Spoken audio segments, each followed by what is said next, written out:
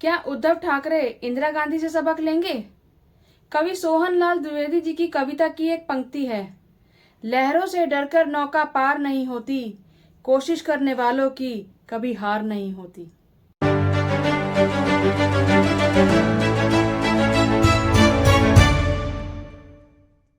Hello and welcome दोस्तों, मैं हूं वंदना और आप देख रहे हैं लीगल चॉइस। उद्धव ठाकरे परेशान हैं कि उनकी पार्टी छिन गई। पार्टी का नाम और चिन्ह भी चला गया। उनका दुख और परेशानी स्वाभाविक है क्योंकि उनके पिता बाला साहेब ठाकरे ने शिवसेना का गठन किया था और कोई 20 साल पहले खुद बाल ठाकरे ने ही उद्धव को कार्यकारी अध्यक्ष बनवाया था।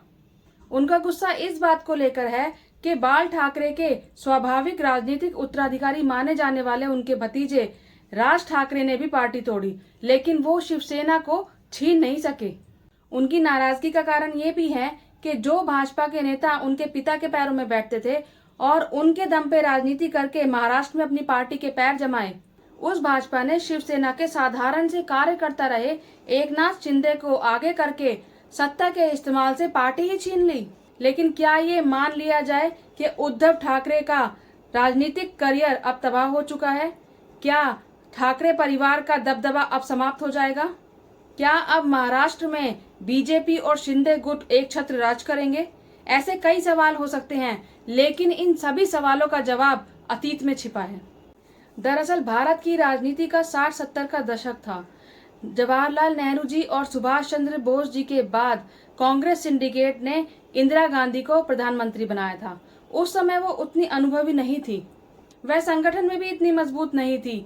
जवाहरलाल नेहरू की बेटी होना और जनता का भावनात्मक लगाव उनके पक्ष में गया। चुनाव ने उनको काफी राहत दी और सरकार पर उनका नियंत्रण स्थापित हो गया। सरकार पर नियंत्रण भले ही हो गया हो, लेकिन संगठन में इंदिरा गांधी एक मजबूत खिलाड़ी नहीं बन पाई।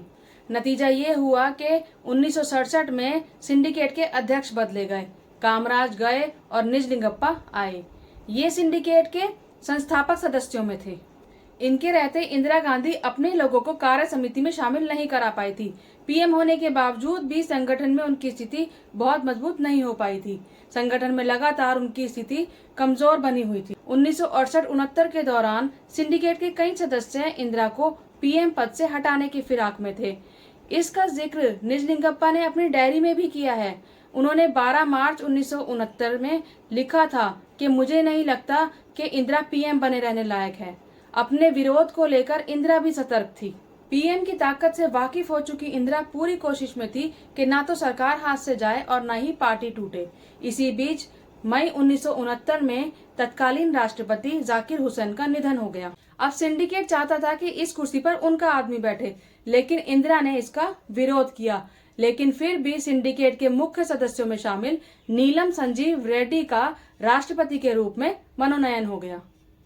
अब इंदिरा भी खुलकर मैदान में आ गई, यानी तमाम परिस्थितियों से वाकिफ इंदिरा ने भी मोर्चा खोल दिया। मोरारजी देसाई से वित्त मंत्रालय छीना और 14 बैंकों के राष्ट्रीयकरण की घोषणा कर दी।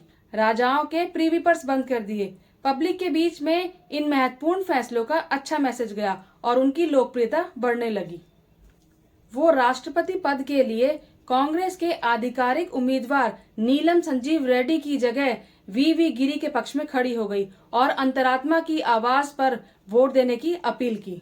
दूसरी ओर पार्टी के अध्यक्ष निजलिंगप्पा ने रेड्डी के लिए जनसंघ और स्वतंत्र पार्टी के नेताओं से मुलाकात की। बस फिर क्या था, इंदिरा को मौका मिल गया। फिर उन्होंने खुलकर सिंडिकेट के सदस्यों पर वार किया।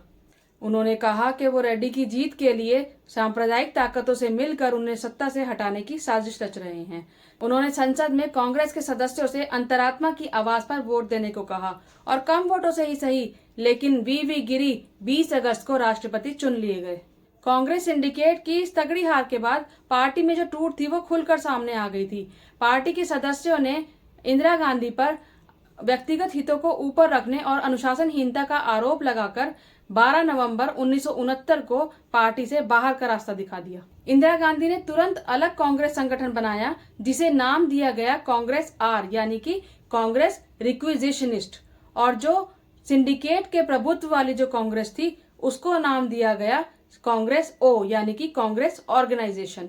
इस पूरी कहानी का लब्बो लुआब आप ऐसे समझिए कि 1969 में इंदिरा गांधी ने अपने ही गुट के नेताओं संग नई पार्टी बनाकर तत्कालीन कांग्रेस को जबरदस्त चुनौती दी थी। उस समय उनको गूंगी गुड़िया कहा जाता था। उस समय कांग्रेस का चुनाव चिन्ह 2 बैलों की जोड़ी था, लेकिन 1969 में कांग्रेस टूट गई तो 1971 में गाय बछड़े के चुनाव चिन्ह पर इंदिरा गांधी ने चुनाव लड़ा और कांग्रेस को भारी जीत दिलाई। अब आप खुद सोचिए कि तब इंदिरा गांधी को खुद को भी और पार्टी को भी देश की राजनीति में स्थापित करना था और नए चुनाव चिन्ह को लोगों तक पहुंचाना भी था। और तब तो प्रचार के इतने साधन भी नहीं थे, ना ही मीडिया था और ना ही सोशल मीडिया था। फिर भी इंदिरा गांधी कामयाब हुई। कहने का अर्थ ये है कि उद्धव ठाकरे को परेशान होने की बजाय राजनीतिक इतिहास में झांकना चाहिए और उनके सहयोगी शरद पवार ने जो उन्हें सलाह दी है उसे स्वीकार करके आगे बढ़ना चाहिए। पवार ने उनको सलाह दी है कि उन्हें चुनाव आयोग का फैसला स्वीकार करना चाहिए और नए चुनाव चिन्ह पर राजनीति करनी चाहिए। आखिर पवार खुद कितने अलग अलग चुनाव चिन्हों पर राजनीति कर चुके हैं और सफल भी हुए हैं। उद्धव ठाकरे के सामने कांग्रेस और इंदिरा गांधी की मिसाल भी है, जिन्होंने कई बार अलग अलग चुनाव चिन्ह पर चुनाव लड़ा और जीत भी हासिल की। आज भले ही बीजेपी और शिंदे गुट खुश हो, इतरा रहे हो, लेकिन वो एक बात भूल गए कि महाराष्ट्र की जनता ना तो पार्टी के नाम शिवसेना से जुड़ी है और ना ही पार्टी के चुनाव चिन्ह तीर कमान से जुड़ी है। वो लोग तो जुड़े हैं बाला साहेब ठाकरे से, वो लोग जुड़े हैं बाला साहेब ठाकरे के घर मातोश्री से। याद कीजिए, जब उद्धव की गठबंधन वाली महाअघाड़ी सरकार गिरी तो जनता मुख्यमंत्री के कार्यालय नहीं बल्कि उनके घर मातोश्री की तरफ दौड़ी थी।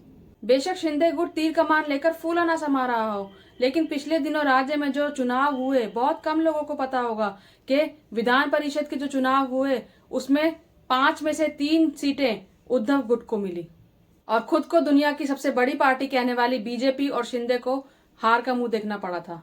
और इसके अलावा अभी अंधेरी ईस्ट में भी चुनाव हुआ और चुनाव चिन्ह पर कोर्ट की रोक के बाद भी उद्धव गुट की उम्मीदवार विशाल अंतर से जीती थी। बाकी 2 महीने बाद बीएमसी के चुनाव हैं और ये चुनाव उद्धव और शिंदे की पूरी कहानी बयान कर देंगे, क्योंकि लहरों से डरकर नौका पार नहीं होती और कोशिश करने वालों की कभी हार नहीं होती।